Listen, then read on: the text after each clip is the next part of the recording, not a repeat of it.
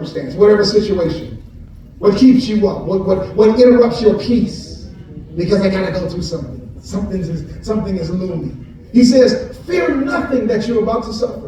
He says, dismiss your dread and your fears. He says, behold, the devil is indeed about to throw some of you into prison. Now, this is the thing that I found to be interesting, because everybody didn't get thrown in prison. So what that meant was some people were going to go through some things, and some people were going to go through things that were more difficult than others. And so whether it was a difficult thing or whether it was an extremely difficult thing, the prescription that Christ gave was the same. And he says, don't be afraid of what it is that you're going to go through. I have to drive that point home, because it's in the place of going through or having the negative or the evil foreboding about going through that people's faith begins to wane. I just wonder, this is sometimes what I wonder. I wonder, do people really believe what they say they believe? What do you mean by that, guys? Because the worst that can happen is that you could die. But is death really the worst thing if you truly believe that to be absent from the body is to truly be in the presence with the Lord? Is death really the worst thing? If death is really the vehicle that takes me from this life into the inheritance that's been promised to me, then is death really something I should fear? Now, I'm just challenging you to think through this, because most Christians struggle even at the subject of death.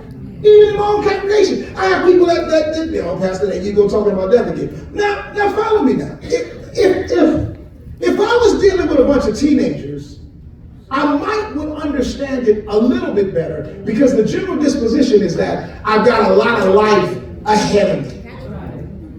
But most of the people I deal with are 50 and north, meaning that you're on the other side of life, and death is coming at a rate faster than you got to get to 50. Am I making some sense? And if you really believe that there would be no more suffering, you really believe that there was no more pain, you really believe that there was no more sorrow, and you really believe that there was no more remembrance of the past, if you really believe that there would be no more bills and no more work and no more suffering and no more sorrow, if you really believe that I no longer have to deal with difficult people, if you really believe that I would be in perpetual eternal bliss, if you really believe that there were streets that were paved with gold, if you really believe that there was a mansion waiting with my name on it, if you really believe that there'd be no more shootings and no more muggings and no more killings and no more raping and nobody stealing your car and nobody stealing your stuff and no people giving you the finger on the freeway, if you really believe that,